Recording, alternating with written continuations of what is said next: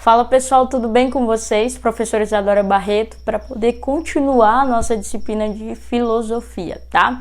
Você pode me acompanhar pegando seu livro, ok? Seu caderno, abrir lá no módulo 3, página 43, turma do 8º ano. A gente vai encerrar hoje, tá? O módulo 3, tá bom? A gente falou sobre causalidade nesse módulo, tem várias outras aulas também complementando esse assunto, tá? Introduzindo esse assunto para que a gente possa chegar a esse ponto. Inclusive, eu quero frisar que se você não fez as atividades deste módulo 3, por favor, faça, não acumule, tá? Não deixe para a última hora. Faça, finalizou a aula aqui, faz aí a atividade que inclusive tem uma atividade na página 43 e nas páginas anteriores, tá bom? Então me acompanhe aqui. Ó, pessoal, hoje a gente vai falar sobre David Hume, que é um filósofo do século XVIII, que era empirista, ok? O que isso significa? Significa que o Hume acreditava que o conhecimento se dava, aliás, através dos sentidos, tá? Dos sentidos. Que sentidos, professor? O tato, a visão, o paladar, o olfato, a audição. Esses sentidos que a gente tem, que o ser humano possui, né? Caso não tenha aí nenhuma deficiência, a gente possui esses sentidos aí disponíveis para a gente conhecer o mundo, para enxergar, para ver, para ouvir, para sentir. Isso significa que através das nossas sensações, através das nossas experiências, tá? Nossas experiências, empirismo, aqui que remete aos sentidos e também essas experiências que os sentidos nos dão.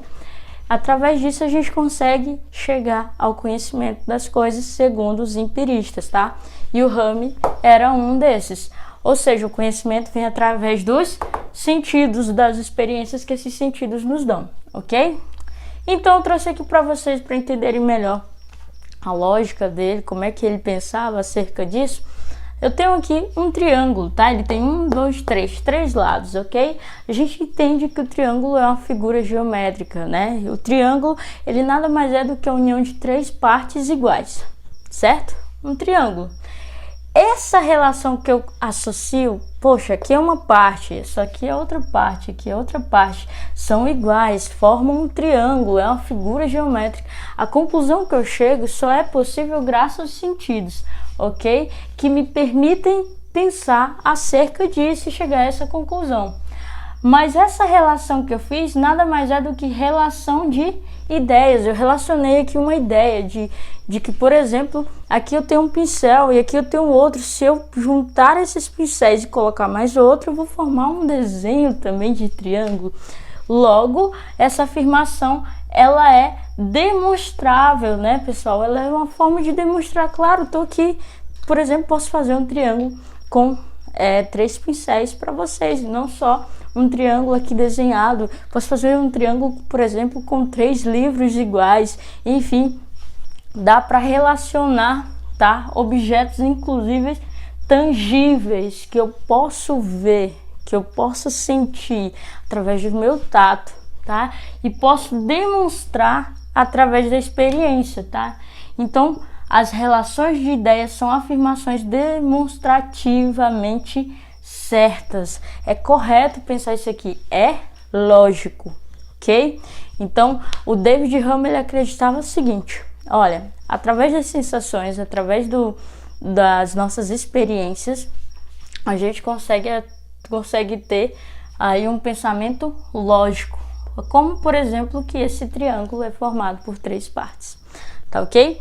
Mas diferente disso, né, dessas relações de ideias que eu fiz aqui, que eu apresentei para vocês em relação ao triângulo, diferente disso, as questões de fato, que são outro tipo de coisas que o David Hume analisa, as questões de fato são acontecimentos do mundo cuja certeza não é assegurada sob o ponto de vista lógico. Professora, como essas questões de fato? Se vocês pegarem o material de vocês, o livro, lá na página 43, a primeira questão diz assim: de acordo com os argumentos elaborados por Hume, podemos ter certeza de que o sol irá nascer amanhã? Justifique.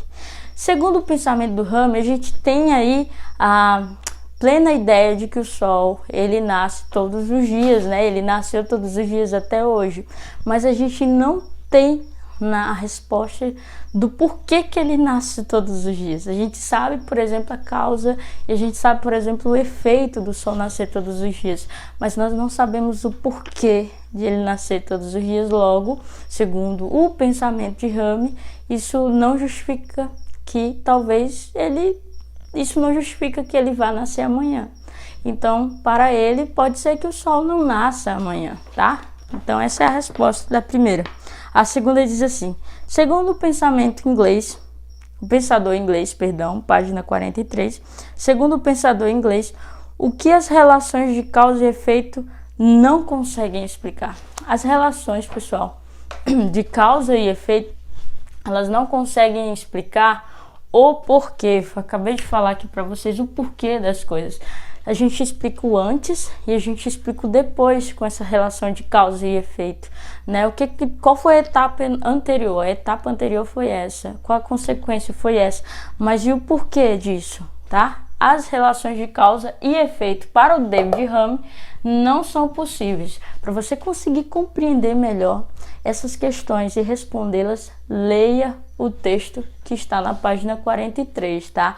Não dá só para pegar aqui a aula solta e já ir respondendo a questão, tá ok? Então, complemente com a leitura do texto. Para ele, então, não se explica o porquê. Ele diz também uma frase que, inclusive, o texto também traz isso, a questão também traz isso. Natureza tem hábitos. Natureza tem hábitos. Quando ele fala isso, ele está dizendo simplesmente que a natureza tem fenômenos que se repetem. E por se repetirem, é como se ela tivesse hábitos.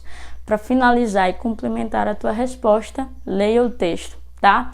Eu espero que você acompanhe sempre a Agenda Edu e que tenha ficado claro aqui a aula de hoje. Até mais, queridos!